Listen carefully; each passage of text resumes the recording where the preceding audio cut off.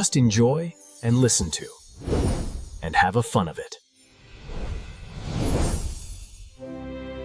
안녕하세요. 저스테펀 스토리 라디오 스테이션입니다. 안녕하세요. 저스테펀 스토리 라디오 스테이션입니다. 네, 덱스턴입니다. 안녕하세요. 클레어입니다. 저희 본격적인 이야기 시작하기 전에요. 채널 구독과 좋아요 또 알람 설정 먼저 꾹 눌러주시면 저희한테 정말 큰 힘이 됩니다. 네, 오늘 저희가 여러분과 함께 이야기 나눌 주제는 바로 GPU인데요. 사실 저한테 GPU는 그냥 게임할 때 화면 좀 부드럽게 선명하게 해주는 그런 부품. 딱 그 정도였어요. 맞아요. 저도 완전 공감해요. 진짜 고사양 게임하려면 GPU 좋아야 한다 뭐 이런 거였는데 근데 요즘 뉴스나 기사 보면 온통 인공지능 얘기잖아요. 그렇죠. AI가 정말 대세죠. 근데 신기하게 그 AI 이야기에 GPU가 계속 빠지지 않고 나오는 거예요. 그래서 아니 게임 그래픽카드 부품이 갑자기 왜 이렇게 중요해졌지? 하고 호기심이 확 생기더라고요. 네, 그래서 오늘은 이 GPU가 도대체 뭐길래 어떤 능력이 있길래 갑자기 AI 시대의 핵심 주인공으로 떠올랐는지 그 궁금증을 여러분과 함께 속 시원하게 한번 풀어보려고 합니다. 정말 요즘 챗 GPT 같은 생성형 AI 등장하고 나서 세상이 확 달라진 느낌이에요. 저도 GPU는 그저 게임 부품 정도로만 생각했는데 이제는 산업의 판도를 바꾸는 거의 게임 체인저가 됐다고 하니까 와, 놀랍더라고요. 그렇죠. AI 연산 심효가 정말 어마어마하게 늘어나면서 서버 한 대당 필요한 메모리 용량만 해도요. 2020년이랑 비교하면 무려 5배에서 10배 이상 급증했다고 하니까요. 5배에서 10배요? 와, 그 정도면 기존의 그냥 컴퓨터 시스템으로는 어림덥겠는데요. 메모리만 늘린다고 이게 해결될 문제도 아닐 것 같고. 정확해요. 우리가 보통 컴퓨터의 뇌라고 부르는 CPU 있잖아요. 그 CPU 기반 시스템면으로는 이 방대한 데이터를 제 시간에 처리하기가 좀 버거워진 거죠. 데이터가 다니는 길, 그러니까 대역폭이라고 부르는 게 상대적으로 좀 좁고요. 여러 계산을 동시에 처리하는 병렬 처리 능력에도 한계가 있었기 때문이에요. 아, 그래서 GPU가 딱 구원투수로 등판한 거군요. 수많은 데이터로 그냥 한꺼번에 쫙 처리하는 이 병렬 처리 능력이 뛰어나서 AI 연산할 때 맨날 문제되던 병목 현상을 시원하게 해결해준다. 이거네요. 바로 그거죠. GPU가 가진 아주 특별한 구조 덕분에 가능한 일입니다. 근데요, CPU랑 GPU? 이름은 되게 비슷해 보이는데 역할은 완전히 다르다고 하셨잖아요. 정확히 어떤 점이 다른 건가요? 네, 좋은 질문이에요. 핵심은 그 구조의 차이인데요. GPU 안에는 아주 많은 수의 작은 처리 장치, 이걸 코어 또는 ALU, 산술 논의 장치라고 부르는데 이걸 수천 개씩 가지고 있어요. 수천 개요? 와. 네, 그래서 수많은 단순 계산을 동시에 처리하는 데 아주 특화되어 있죠. 엔비디아 같은 회사는 이걸 또 스트리밍 멀티프로세서, SM이라는 단위로 묶어서 관리하기도 하고요. 수천 개라니. CPU는 코어가 아무리 많다고 해도 보통 수십 개 수준이잖아요. 정말 단위부터가 완전히 다르네요. 이걸 좀 쉽게 비유로 설명해 주실 수 있을까요? 이렇게 생각하면 쉬울 것 같아요. CPU는 마치 소수의 박사급 전문가들이 모여서 아주 복잡하고 어려운 문제 하나를 깊이 파고들어서 순서대로 차근차근 풀어내는 방식이고요. 네네. 반면에 GPU는 수천 명의 작업자가 단순하지만 양이 엄청 많은 작업을 동시에 와! 하고 처리하는 방식에 가까워요. 오, 비유가 귀에 쑥쑥 들어오는데요. 그럼 정리해보면 코어 수는 GPU가 압도적으로 많지만 각 코어가 처리하는 명령어 자체는 CPU보다 좀 단순하겠네요. 그렇죠. 그래서 병렬 처리는 GPU가 훨씬 잘하지만 하나의 작업을 순서대로 처리하는 속도는 CPU가 더 빠르다. 이런 거고요. 맞습니다. 딱 그 차이예요. 코어 수는 GPU 수천 개 대 CPU 수십 개.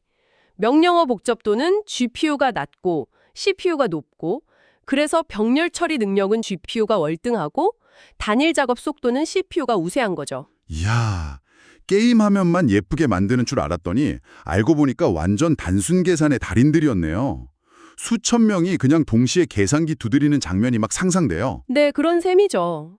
근데 이 특징이 AI 연산, 특히 딥러닝이나 요즘 많이 얘기하는 거대 언어 모델 있잖아요. 예. 이거랑 정말 환상적인 궁합을 보여주는 거예요. 왜죠? 왜냐하면 이런 AI 모델들의 핵심 연산이라는 게 결국 따지고 보면 수백만 개, 아니 수억 개 이상의 거의 똑같은 행렬 곱셈 같은 단순 계산을 계속 반복하는 거거든요. 아, 단순 반복 작업. GPU가 제일 잘하는 바로 그거군요. 그 수천 개의 코어가 똑같은 계산을 동시에 그냥 순식간에 처리해버리는 거고요. 그렇죠. GPU는 구조상 뭐랄까, 여러 갈래로 나뉘는 복잡한 조건 분기 처리에는 상대적으로 좀 약점이 있긴 해요. 그런데 AI 연산은 대부분 비슷한 패턴의 계산이 반복되기 때문에 이 약점이 크게 문제가 안 돼요. 오히려 병렬 처리라는 강점만 극대화되는 거죠. 아하, 그렇군요. 그럼 AI 성능을 더 끌어올리기 위해서 GPU 안에 숨겨진 특별한 기술 같은 것도 있겠어요? 물론이죠. 대표 주자가 바로 텐서코어라는 건데요. 이건 딥러닝의 핵심 연산, 특히 행렬 곱셈이랑 누적 연산을 초고속으로 처리하도록 딱 설계된 특수 유닛이에요. 일종의 AI 연산 전담 특수부대라고 할 수 있죠. AI 연산 특수부대요? 와, 이름만 들어도 강력한데요? 네, 이걸 쓰면 AI 모델의 학습 속도나 추론 속도가 정말 획기적으로 빨라집니다. 메모리 관련해서도 뭔가 효율을 높이는 비결이 있을 것 같아요. 워낙 데이터 처리가 많으니까요. 네, 맞아요. GPU 내부에는 공유 메모리, 쉐어드 메모리라고 불리는 아주 빠른 메모리 공간이 있어요. 이걸 이용해서 같은 작업을 하는 여러 실행 단위, 이걸 스레드라고 부르는데 이 스레드들이 데이터를 빠르고 효율적으로 주고받을 수 있게 하죠. 아, 그럼 멀리 있는 메인 메모리까지 안 가도 되니까 빠르겠네요. 그렇죠. 매번 멀리까지 데이터를 가지러 갈 필요가 없으니까 접근 시간도 줄고 전체적인 데이터 처리량, 즉 대역폭도 최적화할 수 있는 거예요. 그렇군요. 듣다 보니까 AI 칩도 용도에 따라서 종류가 좀 나뉜다고 들었어요. 뭐 학습용이랑 추론용, 뭐가 다른 건가요? 아, 네, 맞아요. 크게 두 가지로 나뉘는데요. 학습용 칩은 말 그대로 AI 모델을 훈련시킬 때 사용돼요. 엄청나게 많은 데이터를 빠르게 처리해서 모델을 만들어야 하니까 얼마나 많은 데이터를 한 번에 처리하느냐 하는 처리율이 굉장히 중요해요. 우리가 주로 이야기하는 고성능 GPU나 구글의 TPU 같은 것들이 여기에 속한다고 볼 수 있죠. 그럼 추론용은 이제 학습이 끝난 모델을 실제로 쓸 때 필요한 거겠네요? 실전용. 그렇죠. 이미 학습된 AI 모델을 실제 서비스에 적용할 때 쓰여요. 예를 들면 자율주행차가 실시간으로 도로 상황을 딱 인식하고 판단해야 한다거나 스마트 팩토리에서 제품 분량을 즉각적으로 착착 검출해야 하는 경우죠. 아, 네네. 이런 상황에서는 응답 속도, 즉 얼마나 빠른 결과를 내놓느냐가 중요해요. 그래서 때로는 클라우드 데이터 센터까지 데이터를 보내지 않고 현장에서 바로 처리하는 엣지 컴퓨팅 능력 같은 게 요구되기도 하고요. 아하.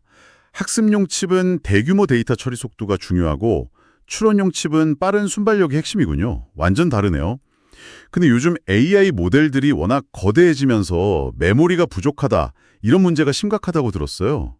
이건 해결책이 없나요? 네, 맞아요. LLM 같은 거대 모델들은 정말 어마어마한 메모리를 요구하죠. 이걸 해결하기 위한 기술 중 하나가 혼합 정밀도 훈련이라는 건데요. 혼합 정밀도요? 네, 계산할 때 아주 높은 정밀도가 필요한 부분, 예를 들어 FP32 같은 거랑 상대적으로 좀 낮은 정밀도로도 충분한 부분, 뭐 FP16 같은 걸 섞어서 처리하는 거예요. 아, 정밀도를 좀 타협하는 거군요. 그렇죠. 필요한 부분만 고정밀도로 하고 나머지는 좀 낮춰서 이렇게 하면 메모리 사용량을 크게 줄이면서도 훈련 속도는 높일 수 있어요. 최근에는 FP8이나 FP4 같이 훨씬 더 낮은 정밀도로 활용하는 초저정밀도 기술까지 연구되고 있다고 해요. 와, 정밀도를 조절해서 메모리를 아끼는 거라니 정말 똑똑한 방법인데요. 이게 하드웨어 발전뿐만 아니라 이런 소프트웨어적인 최적화 노력도 같이 가는 거네요. 맞습니다. 하드웨어적으로는 아까 잠깐 나온 HBM 같은 고대역폭 메모리를 도입해서 데이터 전송 속도 자체를 막 끌어올리고 소프트웨어적으로는 이런 혼합 정밀도 같은 기법으로 메모리 사용 효율을 극대화하는 거죠. 양쪽에서 다 노력을 하는 거예요. 그렇군요. 아, 그리고 참 AI의 정확도는 하드웨어 성능만큼이나 학습 데이터의 품질도 엄청 중요하잖아요. 그렇죠. 데이터가 좋아야죠. 그래서 요즘엔 칩 스스로 자신의 상태를 진단하고 관리하는 능력도 중요해지고 있어요. 혹시 그 국내 스타트업 리벨리온이라고 들어보셨어요? 아, 네, 들어봤어요. AI 칩 만드는 곳이죠? 네, 그 회사가 이스라엘의 프로틴텍스라는 회사랑 협력해서 칩 내부에서 뭔가 이상 신호가 생기면 그걸 실시간으로 감지하고 보정하는 시스템을 개발했다고 하더라고요. 이것도 되게 인상 깊었어요. 와, 칩이 자가 진단까지 한다니 정말 대단한데요. 듣고 보니 GPU 기술의 발전이 정말 눈부시네요. 근데 이게 여기서 멈추는 게 아니라면서요? 특히 시장을 주도하는 엔비디아의 향후 로드맵은 정말 상상을 초월한다고 하던데요? 네, 맞아요. 엔비디아는 이제 개별 칩의 성능 경쟁을 넘어서 여러 칩을 하나로 묶어서 초거대 시스템을 만드는 방향으로 나아가고 있어요. 올해 이후 출시될 블랙웰 아키텍처 기반 시스템만 해도요. 거기에 들어가는 트랜지스터 수가 무려 130조 개에 달한다고 해요. 130조요? 와... 여기에 들어가는 HBM 메모리 용량만 해도 최대 20TB에 달하고요. 총 576개의 메모리 칩이 사용된다고 하니 규모가 정말 어마어마하죠. 특히 이건 대규모 추론 성능을 극대화하는 데 초점을 맞췄다고 하고요. 130조 개. 네. 감도 안 오네요. 근데 이게 끝이 아니라면서요? 더 엄청난 게 있다고요? 그렇죠. 2026년 이후에는 루빈이라는 차세대 플랫폼을 선보일 계획인데요. 이건 트랜지스터 수가 자그마치 1300조 개예요. 네. 1300조요. 네, 블랙웰의 10배죠. HBM 메모리는 150TB까지 확장되고 통합되는 메모리 칩 개수만 2304개에 달한다고 합니다. 와, 1300쪽에 무슨 칩이 아니라 거대한 우주 정거장이라도 만드는 것 같아요. 정말 SF 영화에나 나올 법한 숫자죠. 목표 성능은 FP4 정밀도 기준으로 15 엑사플롭스라고 하는데 이게 1초에 1500경번의 연산을 처리할 수 있다는 의미예요. 정말 불과 2, 3년 만에 트랜지스터 집적도를 10배 가까이 끌어올리겠다는 정말 혁신적이면서도 야심찬 계획이죠. 와, 엔비디아의 질주가 정말 무섭네요. 다른 경쟁사들은 이걸 그냥 지켜보고만 있나요? 뭐 AMD나 인텔 같은 곳은요? 당연히 아니죠. AMD도 가만히 있지 않아요. 2026년을 목표로 차세대 AI 가속기인 MI400 시리즈 출시를 예고했어요. 현재 주력 제품인 MI300X도 엔비디아의 H100과 비교했을 때 메모리 용량이나 대역폭 면에서 장점을 가지고 있다는 평가를 받고 있고요. AMD도 만만치 않군요. 인텔 역시 가우디 3이라는 칩으로 경쟁에 뛰어들었지만 최근에 2025년 출하량 목표치를 좀 낮췄다는 소식이 들리는 걸 보면 아직 시장에서 확실한 입지를 다지는 데는 다소 어려움을 겪는 모습이에요. 그렇군요. 경쟁이 정말 치열하네요. 이런 초고성능 시스템을 실제로 구현하려면 핵심적인 기반 기술들이 아주 중요할 텐데요. 아까 잠깐 언급됐던 HBM 메모리 외에 또 주목해야 할 기술이 있을까요? 네, HBM과 더불어 CXL, 컴퓨터 익스프레스 링크라는 기술이 아주 중요하게 떠오르고 있어요. CXL이요. 그건 뭔가요? 기존에는 서버 안에서 CPU, GPU, 메모리, 저장 장치 같은 애들이 각자 독립적으로 메모리를 사용하는 방식이었거든요. 근데 이게 데이터 이동에 좀 비효율적인 면이 있었어요. CXL은 이런 장치들이 메모리를 마치 하나의 큰 풀처럼 공유해서 사용할 수 있게 해주는 새로운 인터페이스 표준이에요. 아, 메모리를 같이 쓴다? 네. 2025년쯤이면 서버 한 대당 필요한 메모리가 6TB를 넘어설 거란 예측도 나오는데 이런 메모리 급증 시대에 CXL이 핵심적인 역할을 할 것으로 기대돼요. 오, 장치들끼리 메모리를 공유해서 효율성을 높이는 거군요. 되게 흥미로운데요? 또 다른 핵심 기술은요? 엔비디아의 경우 엔비디아의 NVLink C2C라는 독자적인 칩 간 연결 기술도 개발해서 활용하고 있어요. 칩과 칩 사이를 아주 빠르고 효율적으로 연결해주는 기술인데 기존의 표준 기술인 PCI Gen5랑 비교했을 때 에너지 효율은 25배나 높고 필요한 면적은 90배나 작다고 해요. 와, 효율이 엄청나네요. 그러면서도 CXL 같은 개방형 표준과도 호환되도록 설계해서 유연성까지 갖췄죠. 와, 정말 눈 깜짝할 사이에 기술이 발전하네요. 아까 그 루빈 시스템에 1300조 트랜지스터 이야기가 나왔을 때 이게 단순히 GPU 칩 하나에 다 들어가는 게 아니라고 하셨잖아요. 아, 네, 맞아요. 그 1300조라는 숫자는 단일 칩이 아니라 시스템 전체에 통합되는 트랜지스터 수를 의미해요. 루빈 플랫폼 안에는 GPU뿐만 아니라 엔비디아가 자체 개발한 CPU, 이걸 베라 CPU라고 부르는데 이것도 들어가고 데이터 처리 장치인 DPU인 블루필드 DPU, 또 고속 네트워크 카드인 커넥트X NIC 같은 다양한 종류의 칩들이 포함될 예정이에요. 아, 여러 종류의 칩을 다 모아놓은 거군요. 그렇죠.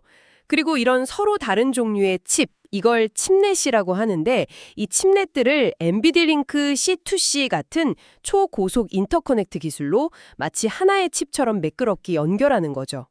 이걸 이종 통합, 헤테로제니어스 인테그레이션이라고 부르는데 앞으로는 이런 플랫폼 전체의 성능과 효율성이 중요해지는 시대가 될 거예요. 그렇군요. 그래서 성능 평가 기준도 예전처럼 단순 연산 속도, 그러니까 플롭스만 보는 게 아니라 실제 거대 언어 모델 LLM을 얼마나 빠르게 처리하는지를 나타내는 초당 토큰 처리수, 토큰스 per 세컨드 같은 좀 더 실질적인 지표를 중요하게 여기는 추세고요. 아, 이제는 실제 서비스 성능이 중요해지는 거군요. 그럼 현재 GPU 시장의 판도는 어떻게 그려지고 있나요? 역시 엔비디아가 압도적인가요? 네, 현재로서는 엔비디아의 독주 체제가 맞습니다. 강력한 하드웨어 성능도 물론이지만 쿠다라는 소프트웨어 개발 플랫폼과 그 생태계의 힘이 정말 막강해요. 쿠다요? 네. 전 세계 수많은 AI 개발자들이 이 쿠다 환경에서 개발하는 데 아주 익숙해져 있다 보니까 다른 경쟁사의 플랫폼으로 쉽게 넘어가기가 어려운 아주 강력한 락인 효과가 발생하고 있거든요. 아, 하드웨어 성능만큼이나 이 소프트웨어 생태계가 강력한 경쟁 우위 요소군요. 개발자들이 한번 익숙해지면 바꾸기 어려우니까. 그럼 AMD 같은 추격자들은 어떤 전략을 쓰고 있나요? AMD는 일단 하드웨어 성능 면에서 MI300X나 차세대 MI400 시리즈를 통해서 엔비디아와 대등하게 경쟁할 수 있는 수준까지 끌어올리는 데 주력하고 있어요. 동시에 자체적인 소프트웨어 생태계인 ROCm의 완성도를 높이고 개발자 커뮤니티를 확장하는 데 많은 투자를 하고 있죠.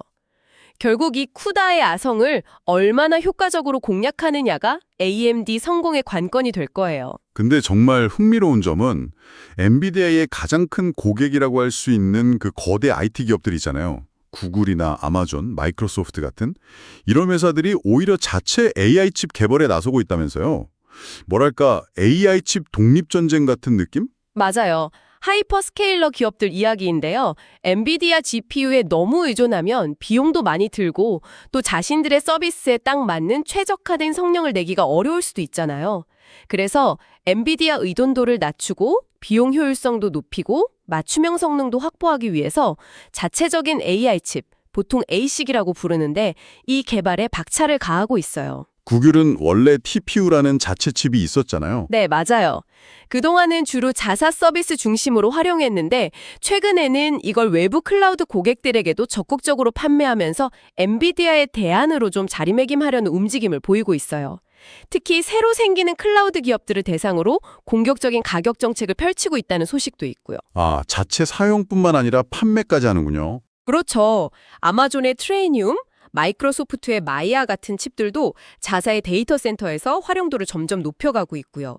심지어 미중 기술 갈등 상황 속에서 중국의 화웨이 같은 기업도 미국의 제재를 피해서 자체적으로 고성능 AI 칩인 어센드 시리즈랑 소프트웨어 프레임워크를 개발하면서 자국 내 AI 생태계를 열심히 구축하고 있고요. 와, 정말 여러 세력들이 각자의 길을 가고 있네요.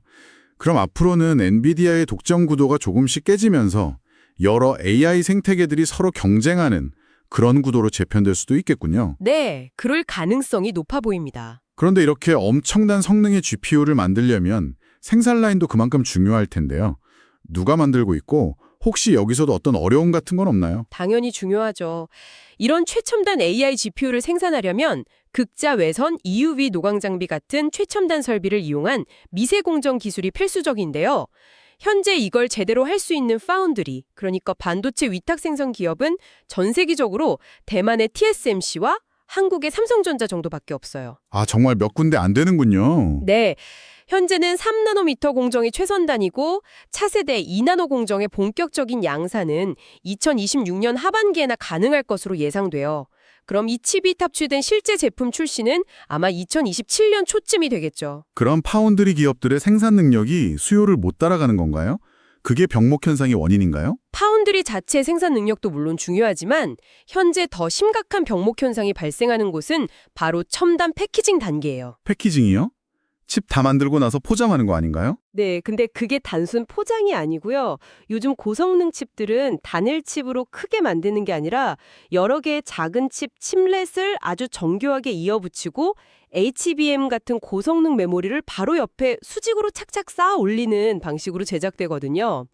그런데 이 패키징 공정이 웨이퍼에서 칩을 찍어내는 앞단기 공정보다 훨씬 더 복잡하고 시간도 오래 걸린다는 거예요. 아, 칩을 다 만들고 나서 이걸 조립하고 연결하는 뒷단계 공정이 문제군요. 그렇죠. 특히 TSMC의 코어스라고 불리는 2.5D 패키징 기술이 현재 엔비디아 AI GPU 생산의 핵심인데 AI 칩 수요가 그야말로 폭증하면서 이 코어스 생산 능력이 턱없이 부족한 상황이에요. 이게 현재 AI GPU 공급 부족 사태의 가장 큰 원인으로 지목되고 있어요. 아, 그래서 GPU 사고 싶어도 못 사는 거구나. 그럼 TSMC의 경쟁상인 삼성전자 같은 곳에는 오히려 이게 기회가 될 수도 있겠네요. 맞아요. 삼성전자도 아이큐브나 센트 같은 자체 첨단 패키징 기술을 개발해서 TSMC를 열심히 따라잡으려고 노력하고 있고요. 특히 삼성은 세계 최고의 메모리 반도체 기술력까지 가지고 있잖아요. 그렇죠. 메모리는 삼성이죠. 네. 그래서 2027년까지 파운드리 제조, HBM 메모리 공급, 첨단 패키징까지 그냥 한 번에 다 제공하는 턴키 AI 솔루션을 구축해서 엔비디아 같은 큰 고객사 물량을 확보하겠다는 목표를 세우고 있어요. 이 패키징 병목 현상이 역설적으로 삼성전자에게는 시장 점유율을 확대할 아주 좋은 기회가 될 수 있는 거죠. 와, 위기가 기회가 될 수도 있겠네요. 그런데 기술적인 문제 외에도 여러 가지 신경 써야 할 부분들이 많아 보여요. 특히 국제 정세랑 관련된 지정학적 위험, 이런 게 상당히 크다고 하던데요. 네, 맞아요. AI GPU가 이제 단순한 전자부품이 아니라 국가 안보와 경제 패권을 좌우하는 핵심 전략 물자로 인식이 되면서 미국과 중국 간의 기술 패권 경쟁의 완전 중심에 서게 됐어요. 아, 미중 갈등이 여기에도. 그렇죠. 미국은 국가 안보를 이유로 들어서 엔비디아의 최첨단 AI 반도체가 중국으로 수출되는 것을 계속해서 규제하고 있죠. 그래서 엔비디아가 중국 시장에는 성능을 일부 제한한 H800이나 H20 같은 그런 맞춤형 칩을 공급하기도 했잖아요. 그렇죠. 그런데 더 아이러니한 상황은요. 중국 기업들이 앞으로 미국의 규제가 더 강화될 것을 우려해서 이 성능 제한된 H20 칩마저도 미리 대량으로 사재기하고 있다는 거예요. 네, 성능 낮은 것도요? 네. 2024년 1분기에만 H20 칩 선주문 금액이 16억 달러, 우리 돈으로 약 23조 5천억 원을 넘었다고 하니 이게 뭐 정상적인 시장 상황이라고 보긴 어렵죠. 게다가 2025년부터는 미국이 중국산 AI 반도체 등에 대해서 추가로 높은 관세, 최대 54%까지 부과할 가능성도 제기되면서 이런 정치적 리스크가 기업 경영에 아주 큰 변수로 작용하고 있어요. 와, 정말 복잡하네요. 반도체를 만드는 데 없어서는 안 될 핵심 광물 확보 경쟁도 치열하다면서요? 이것도 미중 갈등이랑 관련이 있나요? 네, 관련이 깊죠. 반도체 생산에 필수적인 갈륨이나 게르마늄 같은 희소 광물들이 있는데요. 공교롭게도 이 광물들의 상당 부분을 중국이 생산하고 있어요. 아, 중국이 이걸 쥐고 있군요. 그렇죠. 중국이 이걸 약간 무기처럼 사용해서 수출 통제 조치를 취하면서 각국이 이 공급망을 다변화하려고 정말 사활을 걸고 있죠. 우리나라도 미국과의 협력을 강화하면서 대안을 찾고 있어요. 예를 들어 작년 한미정상회담 이후에 국내 기업인 고려아연이 미국의 방산업체 록히드 마틴과 게르마늄 공급 협력 MOU를 체결한 것이 대표적인 사례예요. 이제는 이런 핵심 광물을 얼마나 안정적으로 확보하느냐가 국가의 기술 경쟁력을 좌우하는 시대가 된 거죠. 정말 기술, 시장, 정치, 자원 문제가 너무 복잡하게 얽혀 있네요. 그럼 앞으로 한 5년 정도를 내다봤을 때 이 GPU 산업의 미래는 어떤 모습일까요? 기술적으로는 HBM이나 CXL 같은 메모리 관련 기술 혁신이 계속해서 시스템 성능 향상을 이끌 거고요. 칩넷 설계와 NVLink C2C 같은 고속 인터커넥트 기술이 시스템 확장성의 핵심이 될 거예요. 산업적으로는 당분간 엔비디아의 쿠다 생태계를 중심으로 시장이 움직이겠지만 구글 같은 하이퍼스케일러들의 자체 칩 개발과 AMD ROCm 생태계의 성장에 따라서 점차 시장이 좀 다변화될 가능성도 있어요. 그럼 전략적으로 기업이나 국가 입장에서 가장 신경 써야 할 부분은 역시 공급망 안정화겠네요. 그렇죠. 최첨단 패키징 기술 공급망을 얼마나 안정적으로 확보하고 다변화하느냐, 그리고 핵심 광물 공급망을 어떻게 관리하느냐가 최우선 과제가 될 거예요. 그리고 미중 기술 패권 경쟁과 같은 지정학적 리스크는 앞으로도 계속해서 기업 경영의 중요한 변수가 될 거고요. 요약하자면 미중 규제 심화, 첨단 패키징 병목 현상, 핵심 자원 확보 경쟁, 그리고 쿠다 생태계 종속성 극복 여부, 이 네 가지가 향후 GPU 산업의 향방을 갈 주요 변수라고 할 수 있겠네요. 와, 정말 오늘 GPU 하나를 가지고 시작했는데 기술적인 이야기부터 시장 경쟁 구도, 심지어 국제 정세와 자원 문제까지 정말 방대한 이야기가 펼쳐졌네요. 단순히 게임 그래픽카드 부품이라고 생각했던 게 얼마나 짧은 생각이었는지 다시 한번 깨달았어요. 맞습니다. GPU가 어떻게 AI 시대를 이끄는 핵심 동력이 되었는지 그 배경과 기술적 원리를 쭉 살펴봤고요. 앞으로는 또 어떻게 진화해 나갈지 엔비디아의 야심찬 로드맵과 경쟁사들의 추격, 그리고 하이퍼스케일러들의 독자 노선까지 아주 흥미로운 경쟁 구도도 짚어봤습니다. 마지막으로 생산 병목 현상과 지정학적 리스크까지 정말 다이나믹한 분야인 것 같아요. 네, 오늘 저희 이야기가 청취자 여러분의 궁금증을 해소하는데 조금이나마 도움이 되었기를 바랍니다. 이 GPU를 둘러싼 세상의 변화, 앞으로도 계속 주목해 볼 만한 것 같습니다. 네, 오늘 저희가 준비한 이야기는 여기까지입니다. 끝까지 경청해 주셔서 정말 감사합니다. 끝으로 다시 한번 저희 스토리 라디오 스테이션 채널 구독과 좋아요, 알람 설정 꼭 부탁드릴게요. 저희는 다음에 더 재미있고 유익한 이야기로 돌아오겠습니다. 안녕히 계세요.